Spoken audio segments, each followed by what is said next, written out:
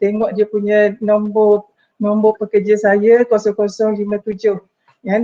Saya sebenarnya staf paling lama jugalah di sini kan, sebab saya bermula dengan Universiti UTM Cawangan Pahang. So macam PM bersama dia Ainul Hayati. Lepas tu adalah lagi beberapa orang tu memang kata teman-teman awal saya lah di UMP kan.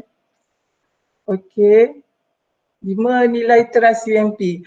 Saya rasa semua staf UMP maklumlah tentang 5 nilai teras UMP ni kan.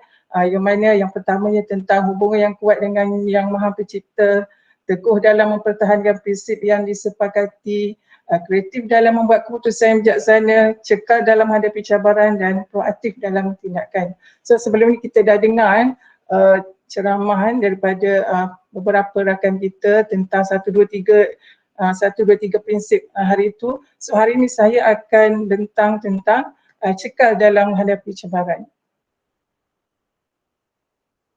So tema yang akan saya bawa dalam ucapan saya pada hari ini adalah musibah dan masalah bukan penghalang untuk berjaya.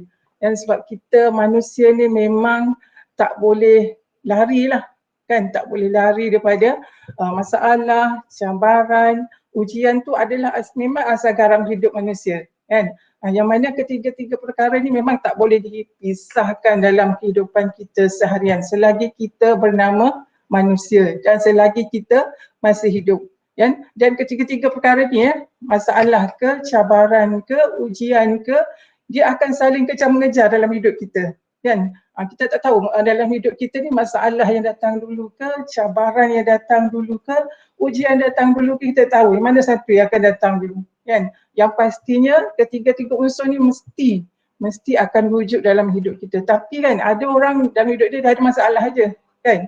Ada orang dalam hidup dia cuma ada cabaran saja kan. So ikut rezeki masing-masing lah kan. Dan kita jangan risaulah sebagai manusia. Ketiga-tiga unsur ni kan dia akan hilang bila kita mati nantilah kan. Jadi semasa kita hidup ni kan, kita mesti sentiasa bersedia lah kan. Bersedia untuk menerima tetamu sebagai untuk menerima 3 tetamu yang tidak diundang ini dalam hidup kita. Sebab memang kita tak mengundang benda ni semua untuk hadir dalam hidup kita kan. Tapi disebabkan kita ini makhluk Allah, kita kena sentiasa bersedia kan. Tapi saya tengok kan ada juga orang yang dia sengaja mengundang 3 sekawan ni, sengaja mengundang masalah, sengaja mengundang cabaran, ujian kan. Tapi ada orang yang macam ni. Siapa agaknya? Kan? Mungkin kita juga pernah terjebak dengan benda-benda ni. Kita sendiri yang mengundang benda ni datang dalam hidup kita.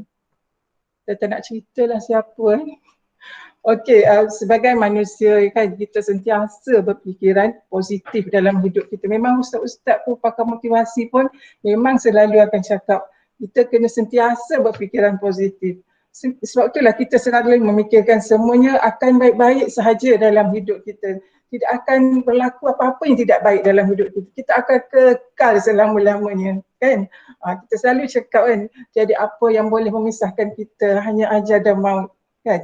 Tapi kalau orang yang berkahwin tu akan ada kan salah seorang yang pergi dahulu kan. Lepas tu kita pun kadang kita fikir aku dah ambil umur aku bersara 58 kan. Tapi tengok di pertengahan jalan tak jadilah nak bersara umur 58 kan. Bersara awal kan. Kadang kita fikir bestnya lah aku duduk kat jabatan ni kat UMP, memang aku akan kekal kat sini, aku tak akan pergi mana. Kawan-kawan semua baik kan, so aku tak nak pergi mana. Tapi dia tengok kena pindah ke jabatan lain. So nampak tak? Dalam kehidupan kita memang kita akan fikir benda yang baik, tapi kita tak sangka lah sebenarnya kita akan diuji. Okey. Faham ya setakat ini ya? Okey, saya mengambil beberapa quotes lah tentang benda yang berkaitan dengan ujian dalam hidup manusia kan. First sekali kan, kita kalau hidup kita ini telah diuji dengan musibah ke, masalah ke apa kan, kita janganlah sibuk bertanya orang, kenapa aku kena uji, kena masalah tu, masalah ni kan. Sebabnya kita kalau orang Islam tu kita dah tengok, dah ada dah jawapannya kan, dekat dalam Al-Quran tu dah ada jawapannya. Kenapa aku ini diuji kan?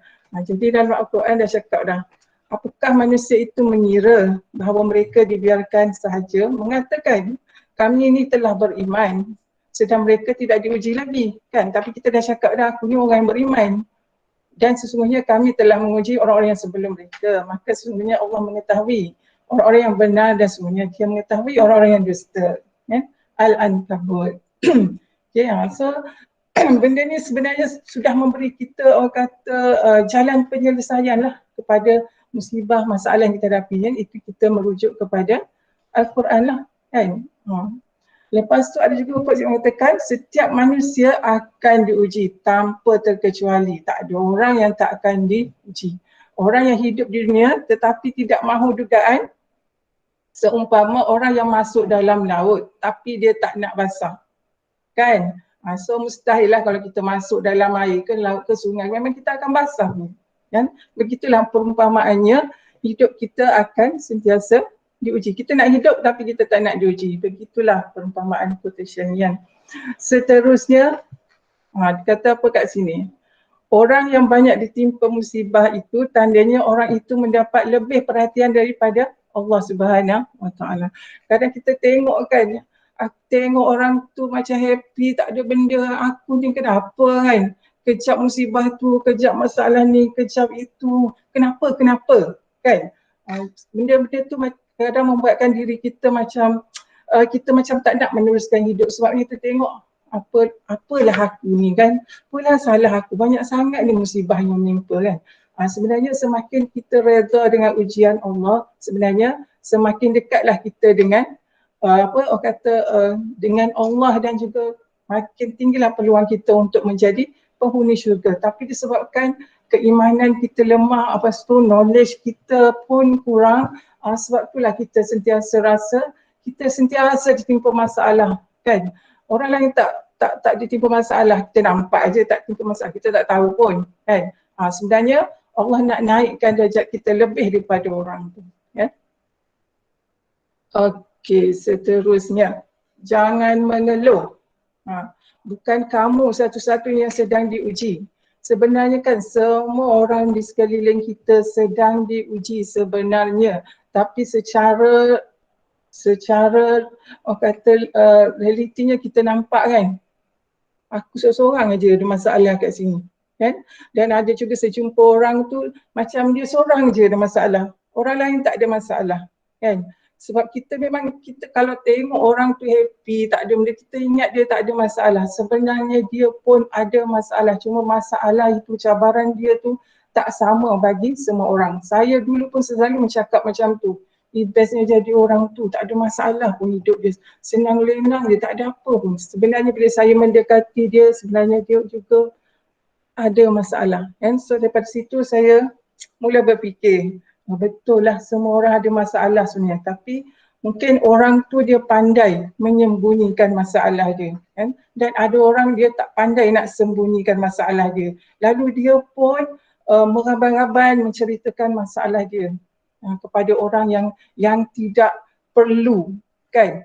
Kalau seorang wanita ada masalah, pergi cerita kepada kawan lelaki pejabat dia kan, ataupun seorang tu ada masalah, dia pun up status Facebook dia kan, ataupun kalau dia ada masalah dia pergi mengadu domba dengan orang lain kan. Sebenarnya benda tu tak patut dilakukan lah. Kita ada apa masalah, kita try selesaikan dekat diri kita dulu kan. Lepas tu kalau rasa tak boleh selesai, barulah kita pergi berjumpa pakar-pakar macam kaunselor ke apa kan. Macam saya, apa-apa saya renung diri saya dulu kan. Barulah kalau saya rasa tak boleh sangat, barulah saya merujuk kepada kawan-kawan di sekeliling kita kan. Tapi hati-hati jugalah dalam kita menceritakan ujian masalah kita kepada orang kan. Jangan bercerita kepada orang yang tak sepatutnya, takut nanti mereka meviralkan kisah kita ya. Okey, seterusnya dia kata besarnya pahala diukur dengan besarnya ujian. Jadi sebenarnya semakin besar ujian, semakin besar pahala yang kita dapat kan. Jadi apa yang kita faham kat sini kan, kalau orang tu kena pisau, iris bawang nak masak buka puasa kena kena pisau, darahlah jari dia kan, berbanding dengan orang anak dia sakit di hospital. So siapa yang lebih besar pahala dia kan. So pemahaman saya, jadi pahala tu besarnya pahala tu adalah berdasarkan kepada besarnya ujian yang kita hadapi lah kan. Okey, ada lagi tak? Oh, ada lagi. Okey, seterusnya dikata rezeki Allah itu ada kalanya dipermudahkan kan. Ada kalanya dengan cara dipermudahkan untuk sabar atas ujian yang menimpa. Kita kan selalu nampakkan rezeki itu adalah wang ringgit. Saya percaya semua orang berpendapat macam tu. Rezeki adalah wang ringgit yang datang mencurah-curah, wang ringgit kan. Kita tak nampak rezeki tu ada cabang, ada banyak cabang kan. Rezeki sihat kan, rezeki anak-anak kita pun semua sihat, rezeki kawan kita semua baik dengan kita kan, dapat naik pangkat, tu semua rezeki kan. Tapi ada juga rezeki tu berbentuk dalam, orang kata dipermudahkan kita kan, dengan cara dipermudahkan disebabkan kita sabar atas ujian yang menimpa kita kan. So saya rasa kalau sekarang lah kita ditimpa musibah, masalah, cabaran, ujian itu kan, kita cuba terima dengan berlapang dada, kita redha kan, supaya Allah permudahkan pula rezeki kita untuk mendapat benda yang lain. Seterusnya, setiap kesabaran akan menuai hasil yang indah. Tak ada sabar yang sia-sia. Jadi ikut pemahaman saya kat sini, ya, segala ujian, cabaran yang Allah bagi kepada kita, semuanya akan ada hikmah di sebaliknya. Cumanya kita ni tak boleh kalau tak nampak benda tu jatuh sedebuk terus depan mata kita. Kita ni kan manusia jenis yang tak sabar kan. Dia kalau nak sesuatu dia nak dapat terus kan. Tapi kita kadang-kadang manusia kita memang itulah kata lemah, kita tak boleh nak tunggu lama, kita nak tengok hasil dia terus kan. Tapi Allah dah bagi tahu dah kan, setiap kesabaran akan menuai hasil yang indah, dan apa-apa yang Tuhan turunkan ujian kepada kita itu semuanya tidak sia-sia. Bukan saya saja rasa nak bagi ujian ni lah kepada Hasnah kan, rasa nak bagi ujian ni lah kepada Encik Faizal kan, ni budak Kamal ni pun aku nak bagi ujian lah kan, tanpa ada apa-apa orang kata hasil selepas tu kan. Semuanya ada ganjaran di sebaliknya. Okey, ada lagi dia kata, usahlah kau bandingkan ujian kau dengan orang lain. Lain orang, lain ujiannya. Jadi bersabarlah kan. Sebabnya Ustaz pun cakap sedap, apa orang kata, sedangkan pakaian manusia pun tak sama saiznya. Ini kan pula ujian yang Allah datangkan kan. Begitu juga pengalaman saya selalu membandingkan ujian saya dengan orang lain kan. Saya selalu bandingkan seronoknya hidup dia kan, apa tu, bahagianya dia dapat suami penyayang, dapat suami bagi tu, bagi ni kan. Contoh kan, suami aku tak bagi pun benda ni, benci lah macam ni kan. Aku cakap, bagus ni lah anak dia semua masuk universiti, anak aku ni apa hal kan, semua macam tu kan. Jadi kita jangan bandingkan ujian kita dengan ujian orang lain, sebabnya memang tak sama, tak akan sama ujian kita dengan ujian orang lain. Dan kita jangan tengok orang ke atas lah, kita kena tengok orang yang di bawah kita, di belakang kita. Kalau tengok orang yang atas lebih tinggi tu daripada kita, sampai bila-bila lah kita tak puas dengan hidup kita. Dan kita juga akan jadi seorang manusia yang tidak bersyukur dengan nikmat yang Allah bagi kepada kita. Ya. Okey, ada ini yang terakhir, paling tak ada. Jadi sebenarnya kesimpulan daripada quote yang tadi kan, Allah hanya menguji apa yang kita mampu sahaja. Ini sangat benar. Ya, bila kita berbalik kepada kisah hidup saya lah, sebab saya tak tahu kisah hidup orang lain, so saya guna hidup saya sebagai contoh kan. Dan saya boleh tengoklah pengalaman hidup saya yang saya ini telah hidup selama 49 tahun. Saya dapati dan sebab kajian bahawa setiap ujian yang Allah bagi kepada saya selama saya hidup selama 49 tahun ini, memang dia ikut kemampuan kita, kan? Memang ikut kemampuan. Kalau kita tak mampu, Allah tak bagi ujian tu. Kalau tak percaya, cuba renungkan balik kan perjalanan hidup kita. Jadi kalau kita ditimpa sebarang ujian, musibah semua tu, kita kena terima dan kita kena tahu bahawa ujian ini memang padan dengan aku. Memang padan dengan kekuatan yang aku ada. Kan? Okey. So saya nak berkongsi dengan tuan-puan semualah tentang bagaimana ujian, masalah dalam hidup tu sebenarnya dia bukan menjadi penghalang untuk kita berjaya dalam hidup, bukan penghalang untuk menjadi kita pada hari ini. Kan?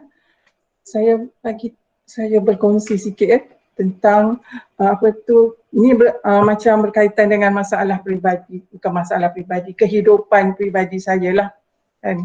Sebenarnya tak nak kongsi, tapi saya rasa saya nak kongsi juga supaya tuan-puan semua jadikan kisah hidup saya ini sebagai pengajaran dan sebagai nak tunjuk bahawa ujian itu ujian cabaran dalam hidup kita ni bukan penghalang untuk kita menjadi manusia yang berjaya, untuk kita menjadi, untuk manusia menjadi manusia. Ya?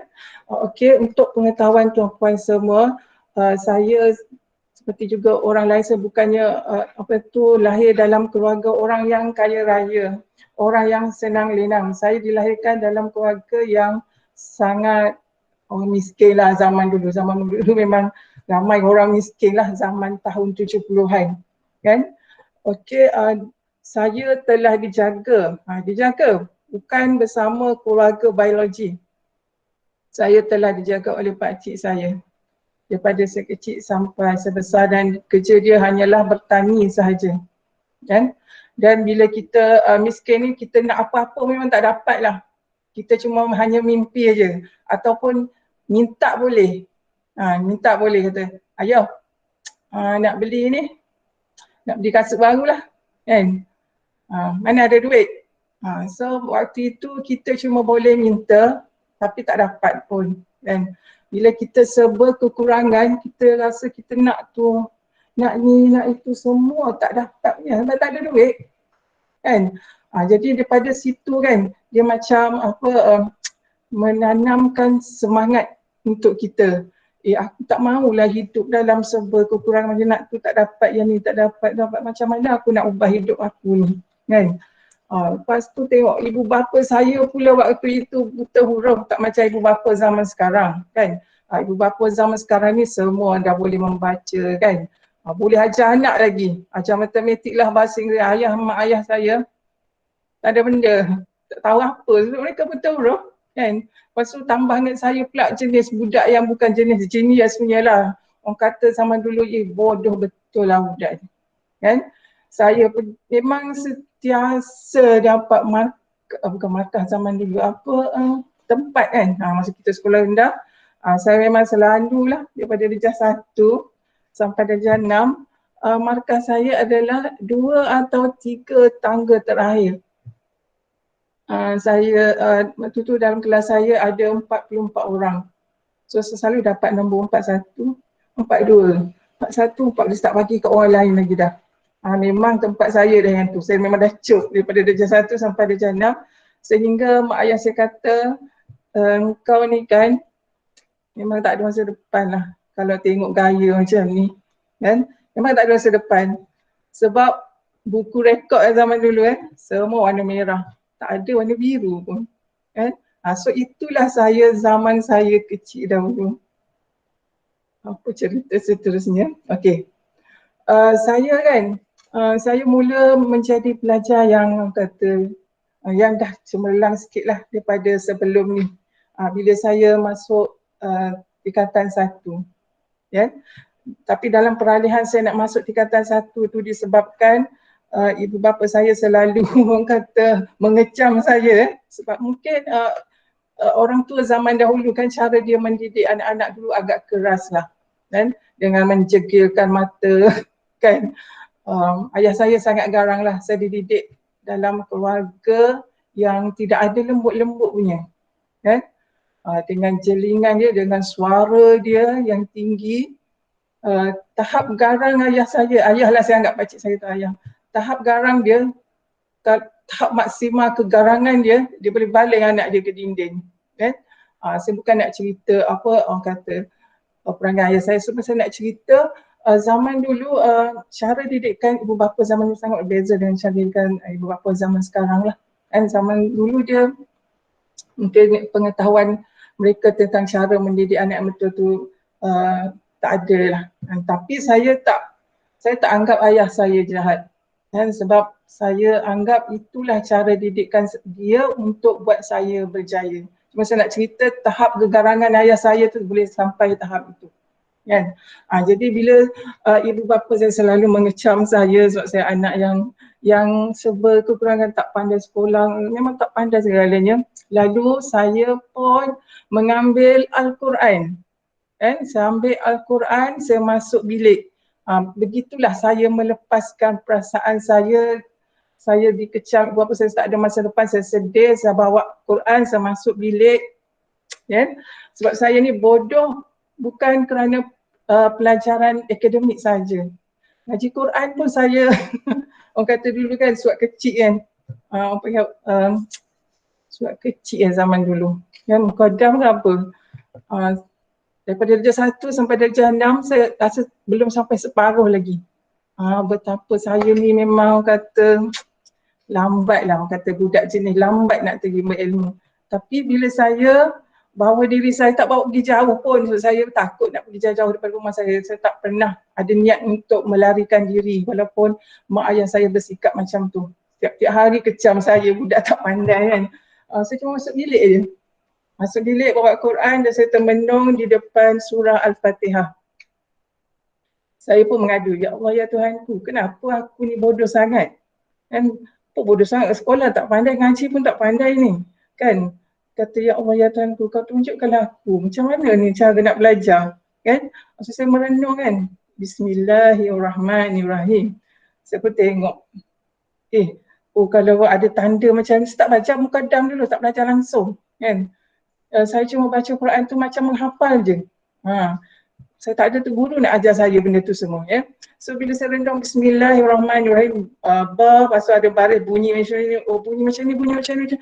Lepas tu kan saya boleh terus baca Quran sampai habis. Tok guru saya yang ajar saya terkejut. Kan, sebab kita ni punyalah nak ngabihkan yang surat kecil tu. Daripada darjah 1 darjah 6 tak beralir-alir, tiba-tiba saya boleh baca. Kan? Bermula pada situ bila saya masuk sekolah menengah, begitu jugalah saya aplikasikan benda tu dalam akademik saya. Bahawa bila kita belajar ni kan, kita tak boleh baca. Okey, pada 31 Ogos 1997 negara kita Tanah Melayu telah pun mencapai kemerdekaan. Kita cuma belajar macam tu sahaja. Mungkin ada anak kita pun belajar macam tu. Sebenarnya cara belajar yang betul adalah kita perlu ada penghayatan. Jadi sesedar selama ni saya belajar akademik saya cuma baca, saya tidak ada penghayatan kan. Bila kita study, kita belajar, bila kita ada penghayatan, kita mudah nak fahami apa yang kita belajar ataupun baca. Bila masuk sekolah menengah, saya terus dapat nombor 3 daripada 40 lebih jugalah kelas saya waktu. Okeylah nombor 3 walaupun tak dapat nombor 1 daripada selalu yang terakhir masa sekolah rendah kan. Okay, dan saya terus cemerlang lah masa saya sekolah menengah kan. So ibu bapa saya pun dah senyap lah waktu itu, tak ada dah cakap anak dia ni bodoh, tak ada dah ya. Dan itu masa saya sekolah rendah dan menengah lah. Lepas tu kita nak tengok apakah musibah yang membawa kebaikan kepada diri saya apabila saya buat first degree dulu kan. So saya ni first degree dan konvo pada tahun 1996. Dan bila saya tamat je belajar first degree, terus berlaku kegawatan ekonomi kepada negara kita. Apa tu, musibah yang sangat besar kepada negara waktu itu. Dan saya ingat lagi lah, ramai engineer yang dibuang kerja sebab banyak syarikat-syarikat Jepun semua balik negara mereka kan. Ramai orang menganggur, ramai orang buat menceburi bidang terjun macam itulah kan. Saya tengok berlaku kepada saya punya ipar juga. Dia seorang engineer, tiba-tiba bertukar kerja menjadi guru. So ramai orang yang latar belakang dia benda lain pergi buat kerja lain disebabkan kegawatan ekonomi pada waktu itu. Kan? So saya ni belajar history kan. Kita tak ada kemahiran macam engineering ke accounting ke benda. So macam sukar sikit lah untuk kita cari pekerjaan waktu itu kan. Dan ramai kawan-kawan saya juga masih menganggur kan. Tapi disebabkan musibah tu saya berubah fikiran kan. Sebenarnya nak kerja di office lah, kerja yang bagus, duduk kerja dekat aircon apa semua kan. So tak jadi sebab berlakunya musibah benda ni lah kan. So saya pun apply jadi tutor di Jabatan Sejarah Muslim Melaya kan. So bila kita dah jadi tutor waktu itu, so UM pun offer untuk kita sambung belajar lah kan, untuk kita sambung belajar. Dan mula pada situlah saya buat master dan saya lulus dan tengok-tengok ada peluang jadi lecturer, waktu jadi lecturer. So bagi saya apa yang berlaku, musibah berlaku, dia musibah besar sebenarnya kepada negara kita bila negara mengalami kegawatan ekonomi. Tapi kegawatan itu telah memberi sinar kepada saya yang mana kalau tidak berlaku musibah ini saya tak akan pergi apply jadi tutor, saya tak akan sambung masters kan. Saya pergi buat kerja lain lah kan. Lepas tu daripada ini pun telah mengubah cita-cita saya. Sebab cita-cita saya sebenarnya kecil aja, saya nak jadi guru je, setakat tu saja kan. Sebab saya memang lepas tu berfikiran saya nak apply masuk maktab. Saya ni kalau nak kira tamat 3 5 saya dah minta maktab sebab saya memang gila nak jadi guru. Tapi tak dapat kan, tak dapat. So saya masuklah Form 6 ya. Masuk Form 6, lepas tu selepas Form 6 saya pun dapat sambung belajar degree kan. So sebenarnya selepas tamat degree saya juga apply diploma pendidikan tau. Juga tak dapat kan. So lepas itu nampak bahawa Allah nak naikkan sikit lah saya punya status kan. Allah tak nak bagi saya jadi guru kan. Allah nak saya jadi lecturer macam hari ni lah kan. Jadi bagi saya musibah kegawatan ekonomi ini telah merubah masa depan saya lah ke arah yang lagi baik ya. Okey, seterusnya musibah tidak berhenti, bukan musibah lah, ujian tidak berhenti sebenarnya kan. Bila saya dah masuk alam pekerjaan di UMP ni kan, saya telah sebenarnya saya punya pemikiran saya nak setakat master saja. Saya tak nak pergi jauh pun kan. Saya cuma fikir aku mampu setakat master saja. PhD tu bagi orang lain lah, aku tak mampu nak membuatnya kan. Tapi waktu itu saya ingat saya punya dean saya adalah PM Aina kan. Dia pun memang waktu tu memang Kutem pun memang push semua staff dia supaya sambung belajar buat PhD kan. Saya memang tak nak buat PhD. Tak nak, macam mana saya tak nak, kalau boleh tak nak. Saya terus diam. Lepas tu PM Ainul pun push juga, semua orang kena sambung belajar. Kena sambung sampai PhD kan. Lepas tu saya masih berfikir-fikir lagi, saya takut sebenarnya bila orang sebut PhD kan. Sebab selalunya orang akan kaitkan dengan permanent head damage kan. Bagi saya, ya Allah, kalau permanent head damage tu kan benda yang sangat teruk lah. Saya tak nak lah macam tu, saya tak nak kepala saya rosak disebabkan aku jadi gila disebabkan buat PhD ni kan. Jadi sebelum saya buat PhD ni saya tak pernah dengar benda yang positif. Sebab itulah saya takut nak sambung belajar. Sebab every time sebut PhD permanent head damage. So what is permanent head damage tu? ialah orang kata kau buat PhD kan, kalau tak 10 tahun, tak 7 hingga 10 tahun itu bukan PhD namanya. Itu juga telah menakutkan saya. Lepas tu orang cakap dia punya waiwa dia, aku paling lama ada orang 2 jam, 3 jam, 4 jam. Kan? Daripada situ saya dengar kan, ya Allah tak naklah aku macam ni, ya Allah susahnya lah buat PhD ni, ya Allah tak nak kan. Dan banyak saya pergi dengar orang bagi motivasi tentang sambung belajar. Orang nak cerita masalah dia je. Masalah buat PhD macam-macam. So macam mana saya nak dapat benda yang positif supaya saya bersemangat untuk sambung belajar. Tapi nak tak nak saya fikir disebabkan universiti pun dah push kita pergi buat, kita tak payah bayar apa-apa pun. Semua ditanggung tau. Semua WMP tanggung, KPT tanggung. So apa lagi kan, peluang ada luas. So saya pun okey tak apalah, aku pergi jugalah. Try lah, tengoklah macam mana kan. So memang masa kita buat PhD memang ada ujian dia. Kan saya cakap tadi, memang akan ada ujian hidup kita ni, selagi kita hidup, kita memang akan ada ujian. Dan ujian dia tu sangat berlainan daripada apa yang saya dengar sebelum ni. Dan apa yang saya dapat sepanjang sebab PhD, bukan PhD tu yang bermasalah. Kesihatan saya macam-macam diuji waktu itu. Dan kesihatan telah datang menguji perjalanan saya membuat PhD. Saya telah kena jantung laju. Kan? Nak bagi tahu bahawa kadang-kadang kita nampak kita sihat kan, kita tak tahu benda tu boleh tiba-tiba berlaku.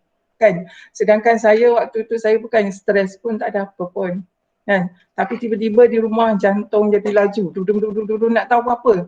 200. Selalu denyutan nadi kita berapa? 60 ke per jam berapa saya lupa kan, yang normal lah kan. Tapi saya punya 200. Kan? 200. Terus pergi ke emergency, doktor masukkan ubat, barulah dia normal balik. Kan? So lepas tu ada bila dia selalu menyerang, terpaksa bawa refer ke IJN lah. Ke IJN, then kena buat rawatan untuk nak burnkan urat. Selalu kita dengar masalah jantung ni kan, jantung berlubang lah, lemah jantung lah, jantung tersumbat lah kan. Tapi saya waktu itu doktor kata ada urat terlebih. Ada urat terlebih, jadi dia terpaksa bekerja kuat, itu yang jadi dia laju. Mungkin saudara-saudari perempuan baru dengar kan, rupanya ada masalah ni kan. Sebagai contoh lah, patutnya urat kita patut ada 4 kan dekat jantung, saya ada 5. So doktor kena burnkan yang satu lagi tu. Kalau tak burn, selagi tu dia menyerang jadi laju. So pergi IJN pergi IJN, memanglah sangat macam nyawa di hujung tanduk lah. Sebab doktor pun dah cakap kan, dia dah consult lah kita sebelum tu. Dia punya kemungkinan akan mereka terburn urat yang tidak bermasalah kan. Dia cerita kat kita semualah sebelum kita bersetuju untuk buat tu. Bila saya dengar macam tak nak lah, nanti kan terburn urat yang tak bermasalah, habislah aku. Tapi doktor cakap setakat ni kan, dia buat orang dah beribu-ribu, tak pernah lagi lah berlaku macam tu kan. So pergilah buat benda tu. Sangat seram saya nak cerita kepada tuan-puan semua. Saya kena cerita sebab ini ujian. Kan saya cakap tadi kan, ujian yang mana Allah bagi tu benda tu kita mampu buat. Kita nampak je macam kita tak mampu, tapi kan bila kita mengalaminya kita akan jadi mampu. Tapi bayangkanlah kita bila nak bagi tahu saudara sekalian, pengalaman masuk IJN itu sangat tidak membahagiakan. Sebab apa? Every berapa second kita akan, semasa kita dalam ward lah, every berapa minit saya teringatlah akan ada announcement. Ahli keluarga kepada ni siapa-siapa sila datang ke ni sekarang. Dalam 2 minit, 3 minit ahli keluarga kepada ini sila datang, saya dengar benda tu, Allah Akbar. Bayangkan kan, apa tujuan dia buat announcement tu? Maknanya ada orang yang tengah nak tu lah, dan nak go lah kan. Tapi nak cerita pengalaman saya masuk dalam bilik tu, operasi tu kan, semuanya bilik radiasi, so tak ada orang boleh masuk, saya je kena masuk dalam bilik itu kan. Doktor pakar semua duduk kat luar, pintu cermin semua, dan ada 5-6 tu, saya ingatlah berapa buah komputer depan saya, tapi saya tak nampak sebab saya kena buka spek, tapi saya tahu itu semua komputer yang memonitor apa yang ada dalam badan saya kan. Jadi mereka kena masukkan wire yang ada 3 saiz dekat kita punya kelangkang kita lah, dua belah kelangkang, dia akan masuk kat situ untuk sampai ke jantung kan. Dan dia ada 3 saiz. First dia akan masukkan, kalau kita rasa sakit dia akan tukar saiz yang lain. Saya macam tu lah, sakit ni, okey puan kita tukar saiz yang kedua, jolok, sakit, buka, tarik balik, ubah yang lain. Itulah ujian, ya Allah ya Tuhanku, tak boleh nak ingat kan. Yang ketiga, dia gogok daripada, okey lah, yang ni kurang sakit sikit, tapi kita boleh merasa apa tu, dia punya wire-wire tu bergerak dalam perut kita ni, bergerak sampai ke jantung, dia menekan kita kat situ. Sebab dia nak cari urat mana misalnya, dia akan bakar lah, burn kat situ kan.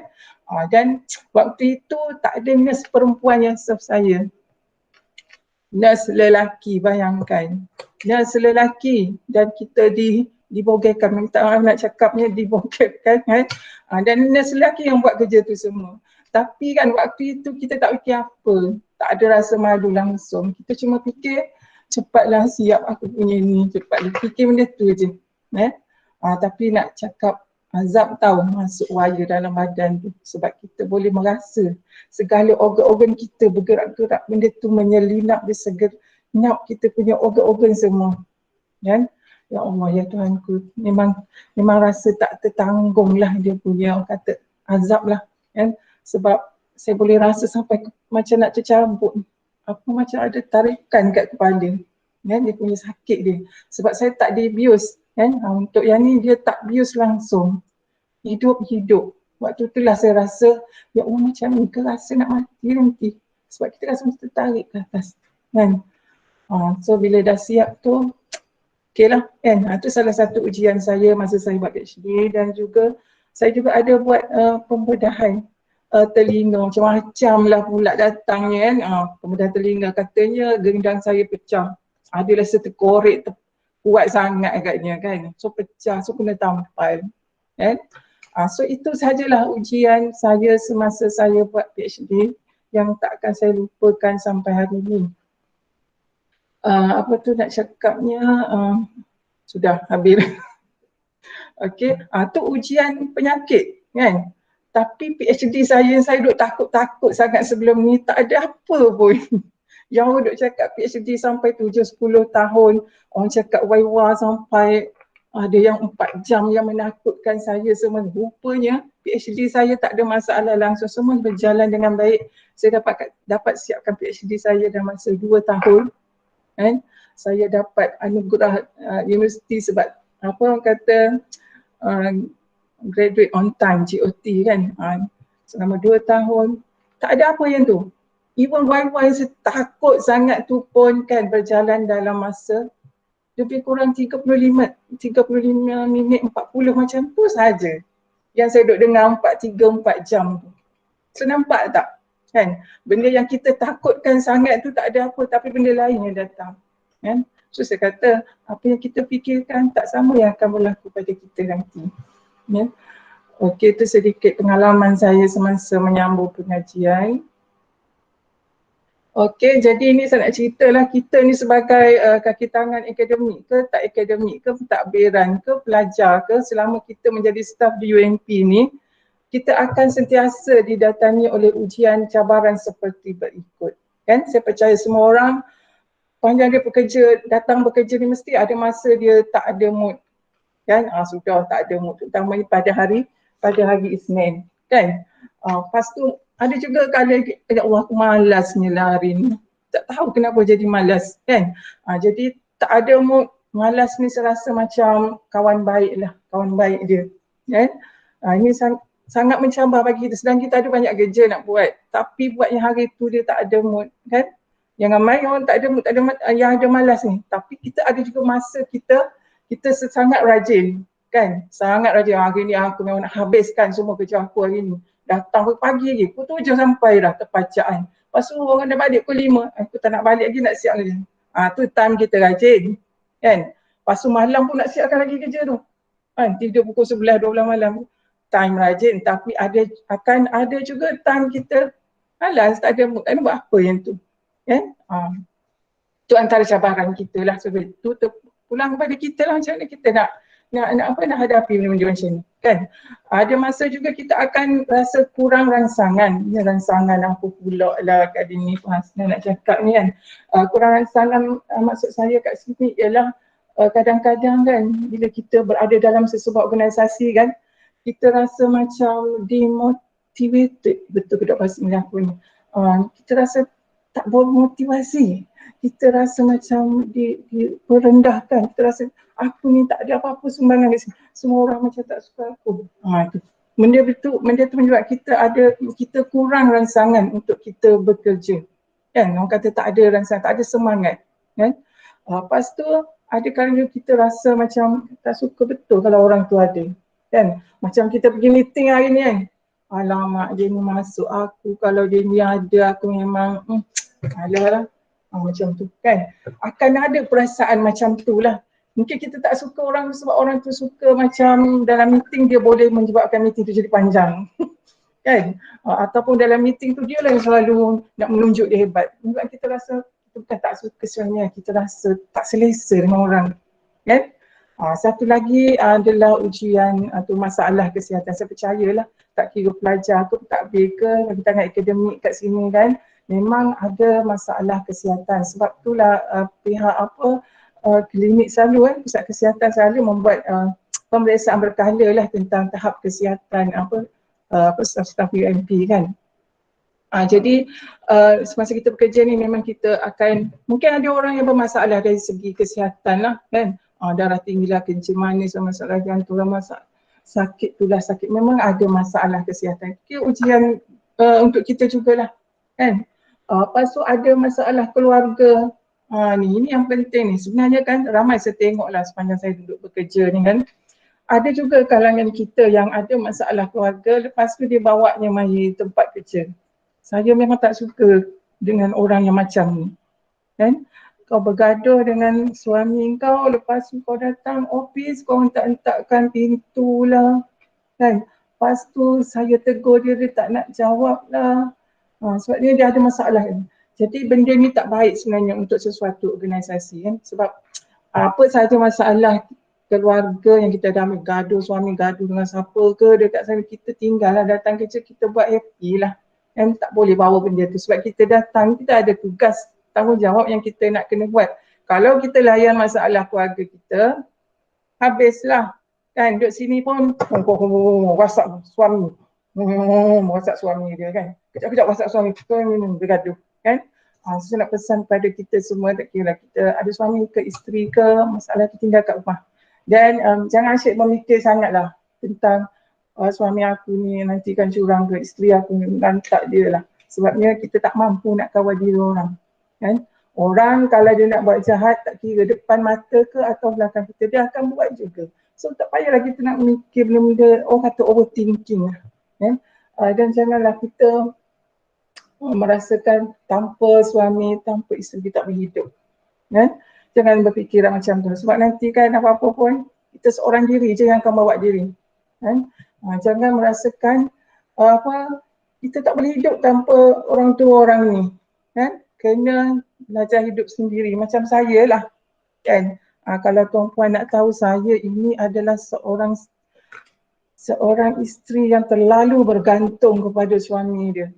Bila suami dia meninggal, sudah. Nak balik kampung saya tak tahu jalan. Bayangkan betapa teruknya saya. Bila suami meninggal saya, sudah macam mana aku nak bawa anak-anak aku balik kampung. aku ni tak tahu jalan, selama ni suami je yang bawa ke saya ke mana-mana. Saya ada kursus ke bengkel kat KL pun suami saya lah yang menemani saya. Dan saya pun buntu nak balik kampung tak tahu jalan, nak kalau ada bengkel kat KL pun saya tak tahu nak pergi macam mana. Sebab saya tak berani nak drive seorang-seorang dan saya pun tak tahu jalan pun nak masuk KL tu. Kan atas bawah semua pusing saya tak tahu. Dan saya ni ada penyakit anxiety disorder. So, saya tak boleh berseorangan pergi ke mana lagi tempat yang jauh, saya tak boleh. So saya sangat bergantung pada suami saya. Bila suami saya tak ada, nah rasakan kan semua kena buat sendiri. Ada masa tu yalah suami dah ada, so saya kena hidup sendiri. Ada bengkel di KL, tak apa, bas ada, pergi naik bas. Sekali nak balik Kuantan tak ada tiket. Tahu, saya pergi beli tiket pukul 2 tengah hari. Semua tiket sold out ke Kuantan. Tak boleh balik.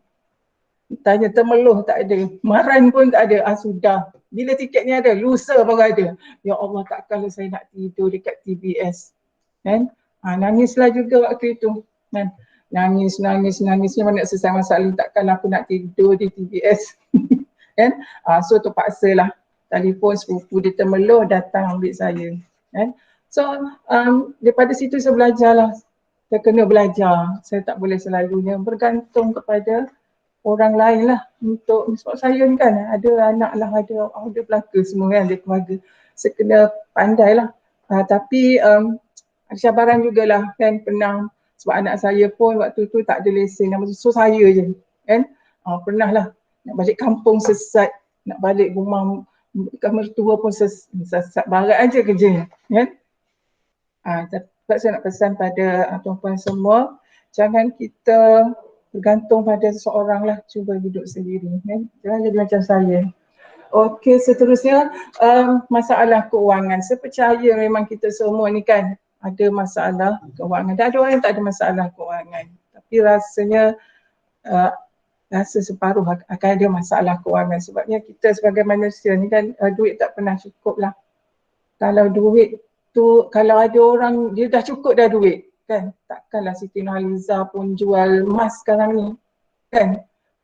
Kenapa nak tunjukkan bahawa manusia ni kan akan sentiasa tak cukup duit sebenarnya kan.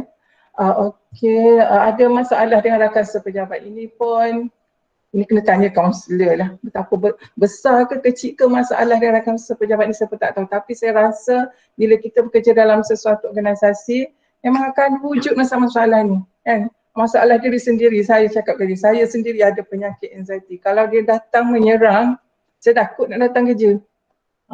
Kalau dia datang menyerang, ya aku takut nak pergi kerja hari ni. Aku nak drive seorang ke, jadi apa-apa kat aku. Sampai saya masuk bilik selimut, pernah berlaku itu pada diri saya.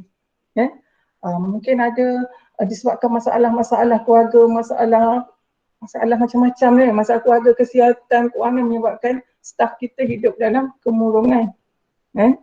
Lepas tu SKT juga akan jadi ujian cabaran juga untuk kita sebagai staf ni, sebabnya tiap tahun kita mesti ada plan kan.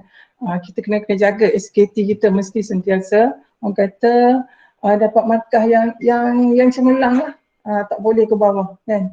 Sebenarnya benda ni juga akan memberi kesan kepada orang kata diri kita lah kan, sebab kita ni akan rasa takutnya tak tercapai, takutnya dapat markah rendah nanti kan. Nanti kalau dapat markah rendah kan kena panggil lah apa semua kan.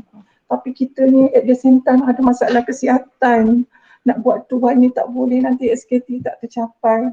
Saya berfikir sampai tahap ni, saya tak tahu orang lain fikir tak benda macam ni kan.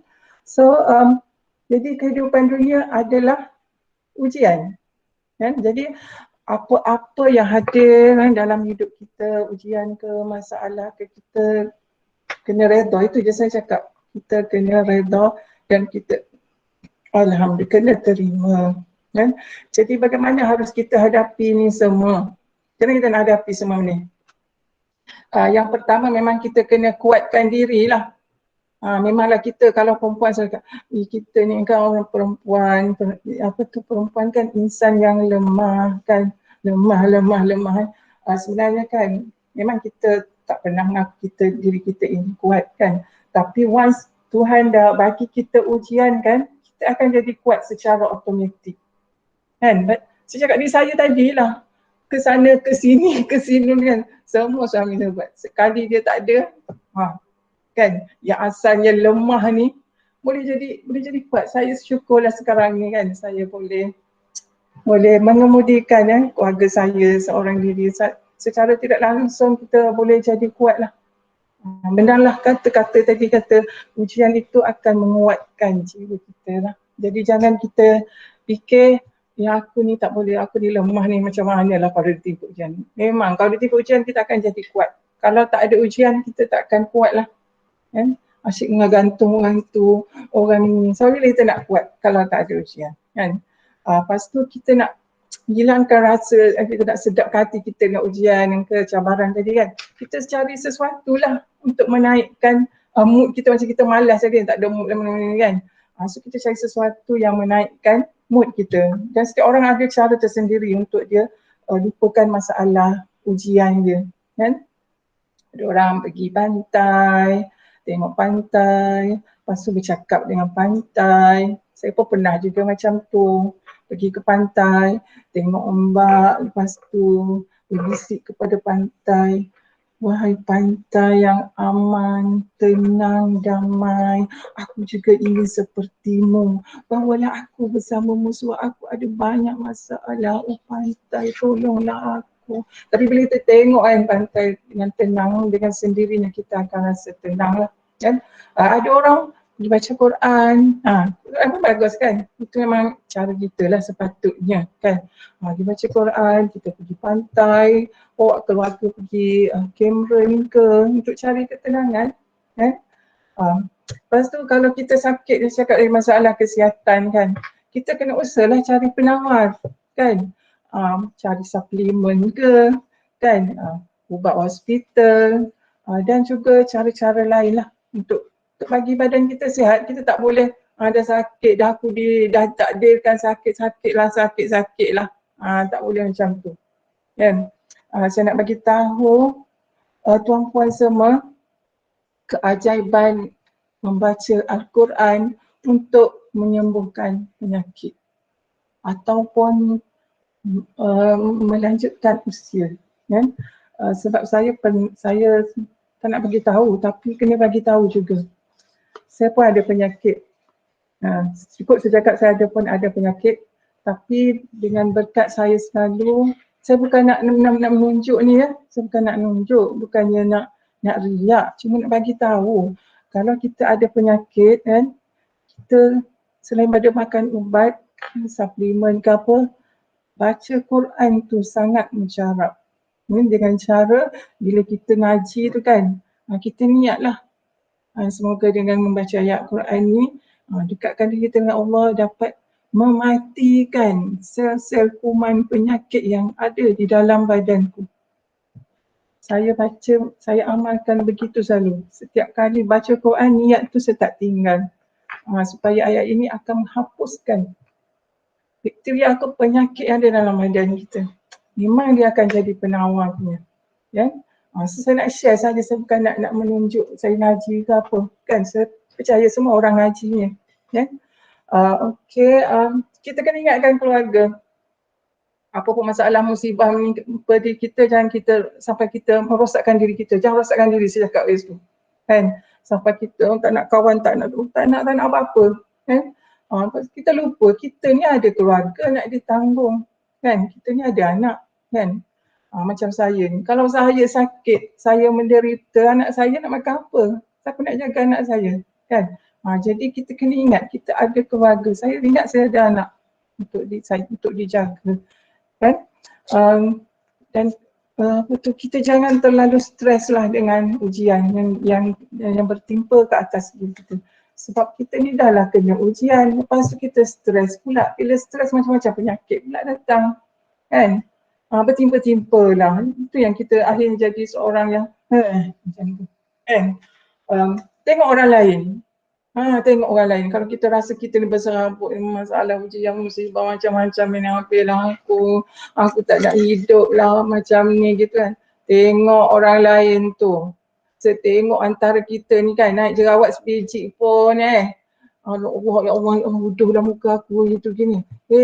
Orang lain tu kena kanser, kau naik jerawat sebiji pun bising satu taman kan. Lepas tu kita demam sakit kepala, sakit gigi je. Memanglah sakit gigi akan efek seluruh badan. Tapi orang lain lagi sakit. Orang lain tak boleh nafas.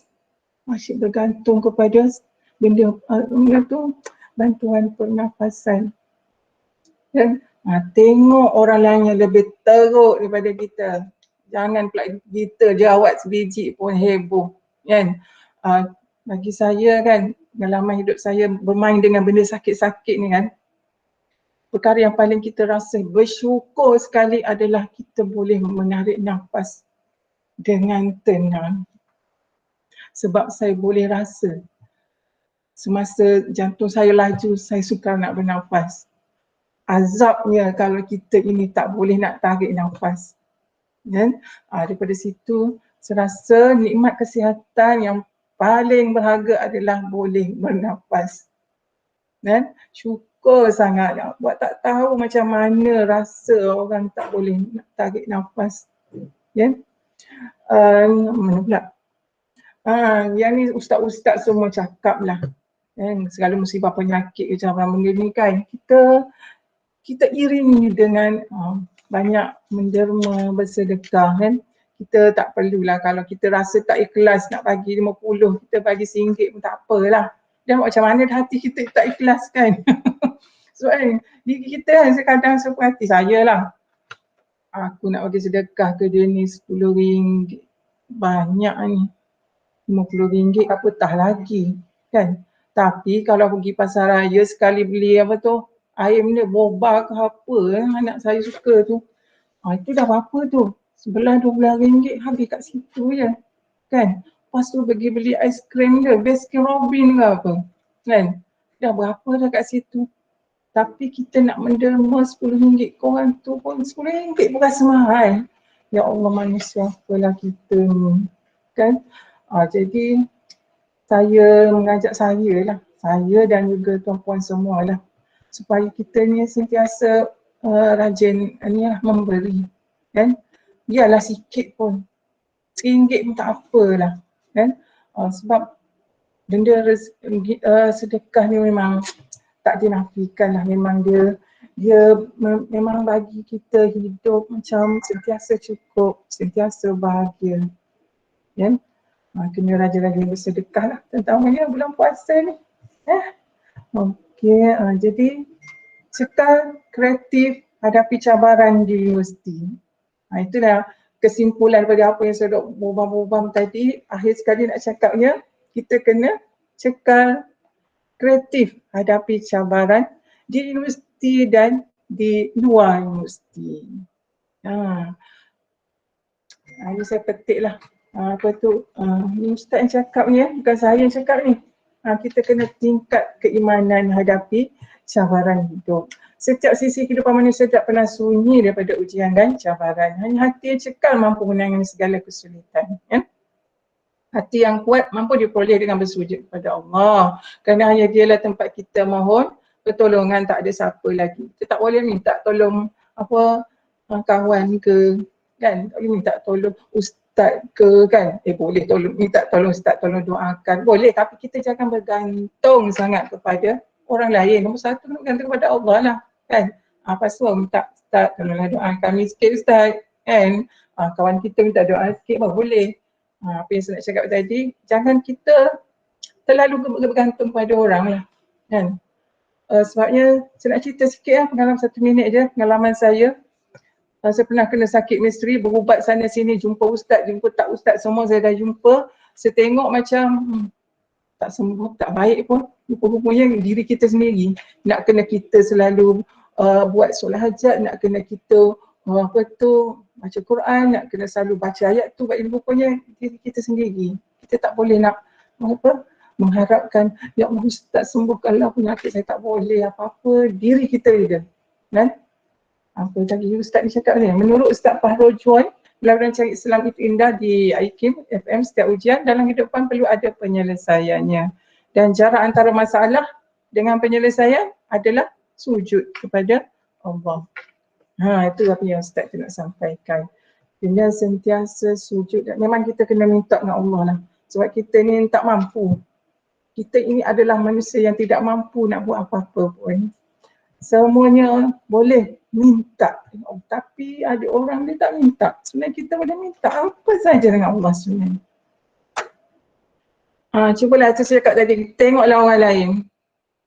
Tengok orang lain kalau kita rasa diri kita ni bermasalah sangat. Kan?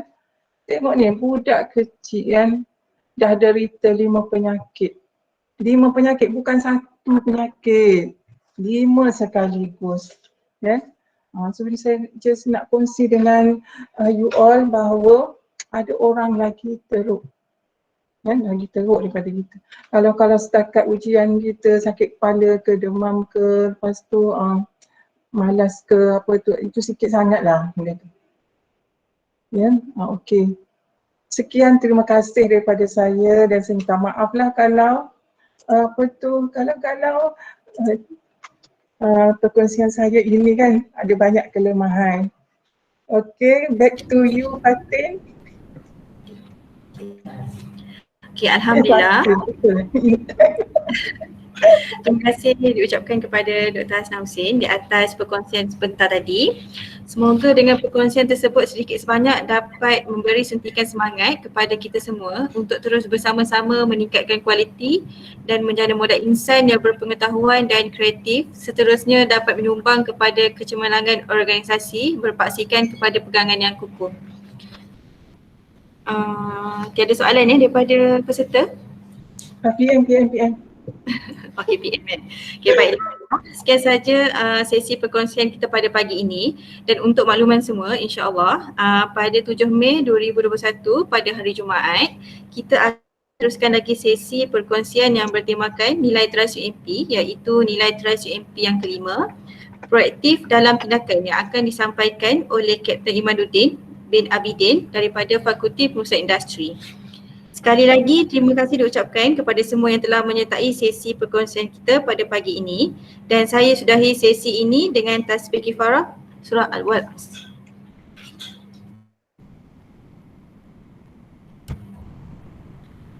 Sekian, terima kasih.